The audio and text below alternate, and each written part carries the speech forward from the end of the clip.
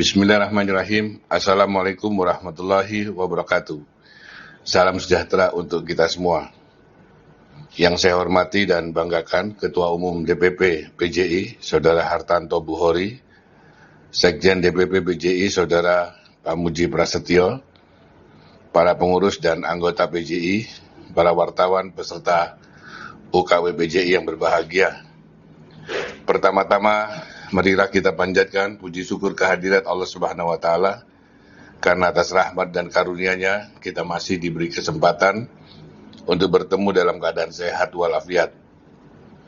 Saya sampaikan terima kasih atas undangan kepada saya untuk memberikan arahan dalam peringatan ke-23 tahun usia Persatuan Jurnalis Indonesia, sekaligus membuka uji kompetensi wartawan ke-7 yang digelar PJI. Saya mohon maaf tidak bisa hadir di tengah saudara sekalian, karena hari ini saya sudah terjadwal harus berada di Bandung, Jawa Barat. Bapak, Ibu, dan hadirin yang saya hormati, Undang-Undang ITE sejatinya dibuat untuk mencegah kejahatan cyber dan kejahatan lainnya yang menggunakan medium elektronik. Itulah mengapa ada kata transaksi di dalam judul dari undang-undang tersebut. Selain itu, kejahatan yang paling umum terjadi dengan medium saluran elektronik adalah penyebaran berita atau informasi bohong yang dampaknya bisa menimbulkan keresahan publik atau gejolak sosial di masyarakat. Tetapi dalam perkembangannya, undang-undang tersebut dirasa terlalu karet atau mirip dengan pasal-pasal Hadzai Artikelen, produk penjajah Belanda saat itu yang digunakan untuk menjerat para pejuang kemerdekaan bangsa ini. Oleh karena itu, pemerintah telah mengajukan usul perubahan atau revisi atas undang-undang tersebut, dan naskah perubahan tersebut sudah masuk dalam agenda prolegnas di Senayan.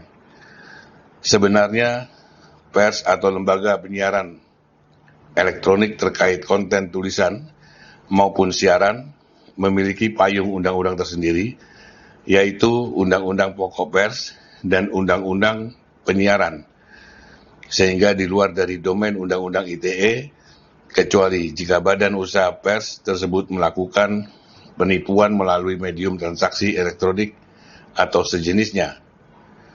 Sedangkan menyangkut konten, Undang-Undang ITE tidak bisa menyentuh domain produk jurnalistik pers atau lembaga penyiaran, apalagi Dewan Pers telah membuka diri sebagai mediator dalam beberapa sengketa terkait pemberitaan.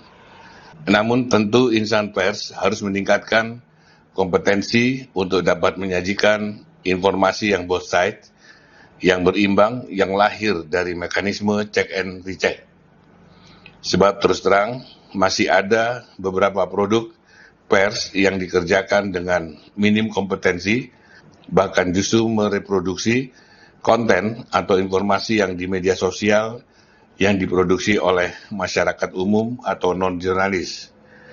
Ini tentu menjadi kewajiban setiap organisasi profesi untuk meningkatkan kompetensi anggotanya.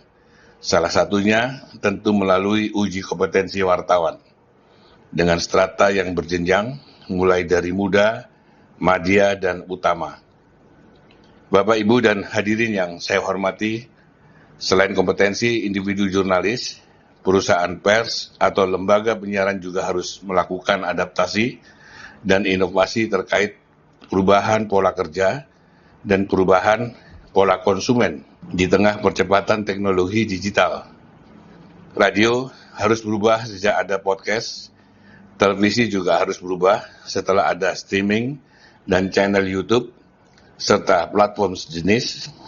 Pola dunia periklanan juga berubah setelah ada big data yang mampu mengolah algoritma hidup kita.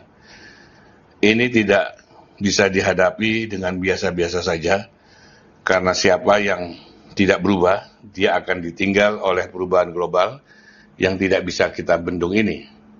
Bukan tidak mungkin pekerjaan manusia di industri media juga digantikan oleh automasi, seperti yang sudah mulai terjadi di proses pracetak dan cetak media pasar printing. Dulu mungkin masih ada petugas pracetak, sekarang sudah tidak perlu, Bahkan sejak dari meja redaksi, editor sudah menggunakan ratusan template yang tersedia, sehingga seorang editor bisa langsung menyusun tulisan di template layout.